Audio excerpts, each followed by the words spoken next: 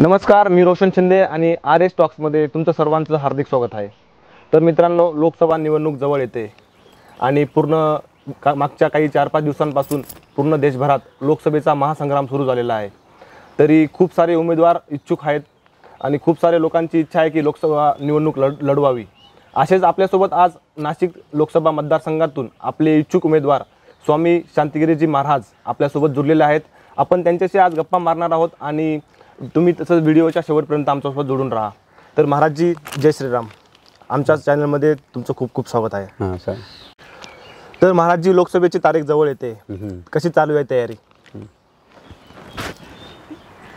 ओम जगद्गुरु जनार्दन स्वामी मोरगे महाराज व भारत माते चरणी वंदन करून की आपल्या भारताचं भाग्य आहे की आपल्या देशामध्ये राजेशाही नसून लोकशाही आहेत आणि हा लोकशाहीचा महाउत्सव सुरू झालेला आहे। म्हणून प्रत्येक भारतीयांचं कर्तव्य आहे की आपले धर्मशास्त्र म्हणतं की ज्याचं खावं मीठ त्याचं काम करावं नीट, ज्याची खावी पोळी त्याची वाजवी टाळी। म्हणून आपण या देशामध्ये राहता असं आपलं कर्तव्य आहे। या देशाप्रती आपलं काही ऋण आहेत, काहीतरी त्यांचा आपलं अनेक उपकार आहेत आणि आपण या निवडणुकीच्या माध्यमातून फेडण्याचा थोडासा अल्पसा प्रयत्न या ठिकाणी केलेला आहे। जय बाबाजी भक्त परिवाराने निर्णय घेतलेला आहे की 7 लोकसभा मतदारसंघामध्ये या ठिकाणी आपली भूमिका बजवायची आणि ती बजावत असताना ती एक नारा आमच्या सर्व भक्तपरिवारांना देण्यात आलेला आहे की लढा राष्ट्रहिताचा, संकल्पशुद्ध राजकारणाचा।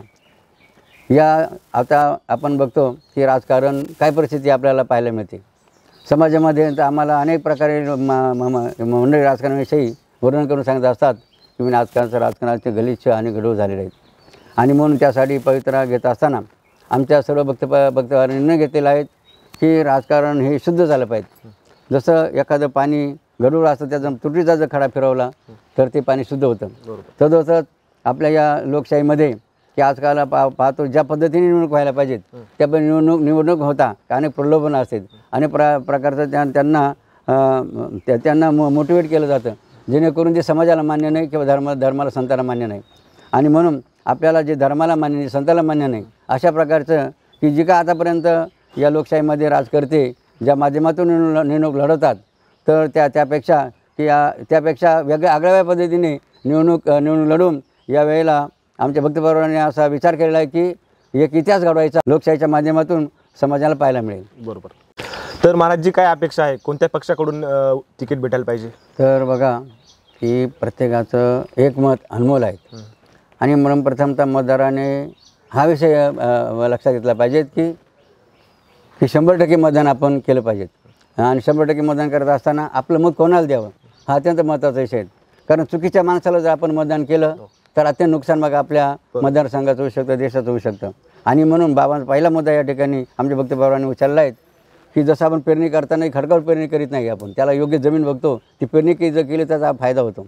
त्याप्रमाणे या लोकशाहीमध्ये आपलं मत देताना उमेदवार कसा असावा याचे आम्ही त्या ठिकाणी कंडिशन केलेले आहेत की नेता कसा असावा। तर पहिला मुद्दा आमच्या भक्तपरिवारांनी घेतलेला आहे की नेता हा स्वार्थी असावा, निस्वार्थी असावा। तर कसा असावा नेता, कसा असावा? निस्वार्थी असावा। त्याप्रमाणे नेता जनतेचा मालक असावा का जनतेचा सेवक असावा? जनता सेवक असावा। त्याप्रमाणे नेता हा व्यक्तिनिष्ठ असावा का देशनिष्ठ असावा? देशनिष्ठ असावा। त्याप्रमाणे नेता हा पक्षपाती असावा, निष्पक्षपाती असावा। त्याप्रमाणे नेता हा लोकांना घडवणारा असावा की लोकांना बिघडवणारा असावा? घडवणारा असावा। त्याप्रमाणे लोकांचं मत हे पैशाने विकत घेणारा असावा की सत्पाती मतदान आपल्या पत्रावर पाडून घेणारा असावा? सत्पाती मतदान घेणारा असावा। अशा प्रकारे असे अनेक मुद्दे आमच्या सर्व भक्तपरिवारांनी ठेवले आहेत जेणेकरून नेता निवडताना त्याच्या आपण काय केलं पाहिजे, कंडिशननुसार विचार केला पाहिजेत। जर साधा आपण बघा विचार करा की आपल्या घरातला कारभारी जर कसा असेल, व्यसनी नसेल, है की नाही, चोर नसेल, खोटा लबाड नसेल तर त्या घराची प्रगती होते की नाही। जर आपल्या घराचा कारभारी जर खोटा बोलणारा असेल, व्यसनी असेल, है की नाही, तर त्यामुळे काय होतं, घराची अधपतन होतं आणि अपकीर्ती होते। आणि मग त्या अनुषंगाने अत्यंत महत्त्वाचा आहे की प्रत्येकाने आपलं मत योग्य उमेदवार दिले पाहिजे। तर कोणत्या पक्षाकडून तिकीट भेटेल, काय अपेक्षा केली तुम्ही? आमच्या भक्तपरिवारांनी फिट निर्णय केला की आमचं तत्व काय, लढा राष्ट्रहिताचा आणि संकल्पशुद्ध राजकारणाचा। म्हणजे या ठिकाणी आमचा निर्णय असा झाला की आमची ही जी निवडणूक आम्ही लढवत आहोत ही कोणाच्या विरोधामध्ये नाही। दुसरा मुद्दा ही कोणाचं आमचं शत्रुत्व वैर कोणाचं म्हणून ही निवडणूक नाहीत. त्याप्रमाणे कोणाच्या वैयक्तिक स्वार्थासाठी निवडूण नाही, तर आमचा निवडणुकीचा हेतूच आहे की राष्ट्रहिताचा म्हणजे देशाचं हित हवं, यासाठी आमची ही निवडणूक या ठिकाणी आम्ही लढीत आहोत आणि त्याप्रमाणे आम्ही सर्व मंडळी त्या मार्गाने जात आहोत. नाही, पण कधी अपेक्षा केली असेल ना की या पक्षाकडून तिकीट भेटावं असं?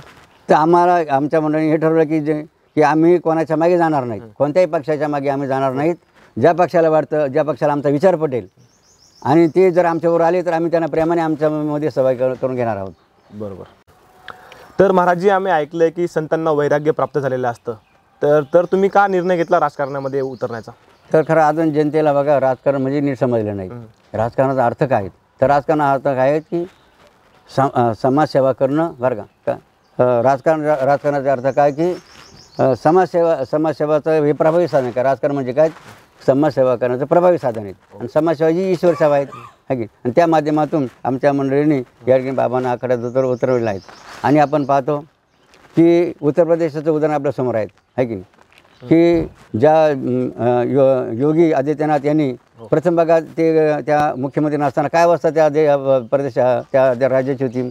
मात्र आज बघा त्या ठिकाणी त्या गादीवर उत्तर प्रदेशच्या मुख्यमंत्री पदावर की योगी आदित्यनाथ आल्यामुळे त्यांनी संपूर्ण राज्य सुद्धा सारखं केलेत. जणू एक भारतामध्ये एक मॉडेल म्हणून त्यांनी बनवलेले आहेत नवे. त्यापर्यंत दुसरा मुद्दा महत्त्वाचा की आपण त्यांचा एक आदर्श घेतला पाहिजेत की आपल्या सर्वांचं श्रद्धास्थान असलेलं राम मंदिर. राम मंदिरचा तिला अनेक वर्षापासून जो टांगता होता, म्हणजे जवळजवळ 500 ते 550 वर्षे त्या राम मंदिरासाठी लढा अनेक रामभक्तांनी केला आणि बलिदान दिले. मात्र बघा एक योगी संन्यासी त्या मुख्यमंत्रीपदी आल्यानंतर त्यांनी कोणताही रक्त न सांडता, कोणाच्याही प्राणाचं बलिदान न देता अत्यंत नियमानुसार त्यांनी कायद्याच्या चौकटीत बसून त्या ठिकाणी तो निर्णय घेतला आणि अत्यंत आनंदाने हा सोहळा आपण भारतामध्ये सर्वांनी बघितला. अशा रीतीने जर चांगले विचाराचे माणसं जर आले तरी काम कसं होते याचं एक एक्झाम्पल उदाहरण आपण योगींच्या माध्यमातून पाहतो. म्हणून आमचा सर्वांचा विचार काय की आजकाल जे लोक म्हणतात की राजकारण करणं चांगल्या माणसाचं काम नाही, हा जो विचार जनतेमध्ये तो चुकीचा आहे. तर बाबांचं मत की आमच्या सर्वांचं काय मत आहे ते मत आपण खोडलं पाहिजे की राजकारण हे चांगल्याच माणसाचं काम आहे. तेव्हा चांगले माणसं त्या ठिकाणी जातील तरच काही देशात बोलवू शकतं. खूप सारे लोक बोलतात की संतांनी राजकारण करू नये, त्यांनी मठ मंदिर सांभाळावं. अशा लोकांना काय संदेश देणार तुम्ही? तर बघा ती ही स्वार्थी जी मंडळी तर हा विचार करू शकते. जो स्वार्थी नाही तो कसा असा विचार करू शकत नाही. बरोबर. तर महाराजजी, तुम्ही राजकारणात आता पाऊल ठेवला आहे, काहीतरी विचार करून पाऊल ठेवला असेल की हा येणाऱ्या भविष्य काळात मला हे काम करायचं आहे, माझं हे स्वप्न आहे. तर काय स्वप्न बघून तुम्ही राजकारणात पाऊल ठेवलेलं आहे? तर बघा बाबांना तर काय आवश्यकता नाही राजकारण करण्याची. मात्र हा निर्णय आमचे जय बाबाजी भक्त परिवार यांनी हा घेतलेला आहे. आणि त्यांचा घेण्याचा हेतू अत्यंत महत्त्वाचा प्रामाणिकाने सुद्धा आहेत की ह्या मतदारसंघामध्ये नाशिकच्या ही अत्यंत पवित्र आणि पावनभूमी. प्रथम म्हणजे जे प्रभू रामचंद्र ह्या भूमीमध्ये जवळ 14 वर्ष वनवासात राहिले. अशी प्रभू रामचंद्र ही भूमी आहे. तदोतच या ठिकाणी 12 ज्योतिर्लिंगामध्ये जे काही तर ज्याला सर्व ज्योतिर्लिंग राजा म्हणतात, आता त्र्यंबकराज या ठिकाणी आहेत. तसंच अत्यंत महत्त्वाचा सर्व जिव्हाळाचा आणि संपूर्ण जगाला मान्य असणारं जसं अयोध्येमध्ये राम जन्मभूमी आहेत, तसं आपल्या या मतदारसंघामध्ये अंजनी गडावर प्रभू हनुमंताचं जन्मस्थान आहे. त्याचप्रमाणे निवृत्तानंद महाराजची समाधी या ठिकाणी आहेत. अशा अत्यंत धार्मिक स्थळ आणि महत्त्वाचे श्रद्धास्थानं या आपल्या या मतदारसंघात आहेत. आणि म्हणून त्या धार्मिक स्थळाचा विकास हा होणे फार गरजेचं आहे, ज्याने अनेक रोजगारांना त्या ठिकाणी संधी उपलब्ध होईल. त्याचप्रमाणे दुसरे आणखी गोदावरीचा मुद्दा आहेत. त्याप्रमाणे 2-3 मुद्दे आमच्या अत्यंत मत हे तर शासनाच्या माध्यमात जे योजना आहे समजा त्या योजना तर आम्ही राबवणार, त्यात काही सवाल नाही. मात्र त्या योजनाबरोबरच जे सामाजिक ज्याला बांधिलकी ज्याला म्हणतो की आपण पाहतो या समाजामध्ये अनेक जवान व इतर लोक भरकले जातात. बघा जास्तीत जास्त लोक कोणत्या वेळेला बिघडतात, ह्या राजकारणाच्या निवडणुकीच्या वेळेला जास्त लोक बिघडत असतात. आमचे सर्व संत अनेक प्रयत्न करतात या लोकांना व्यसनमुक्त करण्यासाठी. मात्र हे राजकारणी बघा लोकांना वेगळ्या मार्गाने नेऊन ज्यातून नुकसान करतात, नाही लोकांना वेगळ्या मार्गाने लावतात. म्हणून त्यासाठी पहिला मुद्दा आमच्या सर्व भक्तपरायण विचारला आहे की समाजाचा व्यसनमुक्त व्हावा. त्याप्रमाणे आपण म्हणतो आजचे बालक उद्या राष्ट्रचालक नाही. आणि म्हणून आपली पुढची पिढी बघा घडली पाहिजे. प्रत्येक बघा माता पित्याला असं वाटतं का माझा मुलगा बिघडावा म्हणून तो त्यांनी चोरी करायचो अवमार्गाचा कोणत्याही माता पित्याला वाटत नाही. आणि म्हणून प्रत्येक माता पित्यांची दृढ इच्छा असते की की माझा मुलगा घडला पाहिजे बेकारता कामा नये, त्यांनी दारू पिली पाहिजे पिता कामा नये, कारण आमचं कलंक आमच्या कुळाला लागेल. म्हणून अशी जी दुसरा जो मुद्दा महत्त्वाचा आहे की आपली पुढची पिढी घडली पाहिजे, हा दुसरा मुद्दा आहे महत्त्वाचा. तिसरा मुद्दा की भारत हा आपला देश प्रदूषणमुक्त झाला पाहिजे. प्रदूषणमुक्त म्हणजे आपण पाहतो की या शेतीमध्ये अनेक रासायनिक खतं किंवा बी बियाणं वापरून संकरित बियाणं वापरून आपलं हे नुकसान केलं जाईल. मनुष्याचंही आरोग्याचं नुकसान होत आहेत आणि आपल्या शेतीचं नुकसान होत आहेत. मग त्या दृष्टिकोनातून लोकांना विषमुक्त अन्न कसं देता येईल असाही आम्ही विचार या ठिकाणी करणार आहोत. तर आम्ही बघतोय की नाशिकच्या लोकसभेच्या उमेदवारीसाठी अजून 2-3 संतसुद्धा रिंगणात उतरले आहेत. तर लोकांना प्रश्न पडला की कोणत्या संतांना मतदान करावं. लोकशाहीत सर्वांनाच अधिकार लक्षात घ्या आणि म्हणून लोकांना जे योग्य वाटेल ते लोक त्यांचा जो विचार करणार आहेत. त्यामुळे आम्ही 2-3 संत आलेले आहेत ना, मग लोकांना प्रश्न पडला आहे की ॲक्च्युली मग कोणाला मतदान करू असं. त्या संदर्भात आम्ही सुद्धा असा पवित्रा घेणार आहोत. आमची मंडळी बघा त्यांच्याशी चर्चा करणार आहेत आणि जसं आपल्याला आपण होतं सल्ला सलोख्याने ज्याला म्हणतो ना, तोही प्रश्न सोडण्याचा आम्ही विचार करणार आहोत, जेणेकरून एकच संत उभा राहावा. महाराजजी, आम्ही बघतोय की तुमचं कार्य खूप महान आहे. तुमचा जनसंपर्क एवढा वाढला आहे की तुम्ही खेडपाड्यांमध्ये पण तुमचं काम चालू आहे. तर अशा काळात तुम्हाला लोकांचे काही प्रश्न किंवा समस्या दिसल्या असतील, अशा काय समस्या दिसल्या की तुम्हाला वाटतं की मी या लोकांचे प्रश्न सोडू शकतो आणि ते काम मी भविष्यात करू शकतो?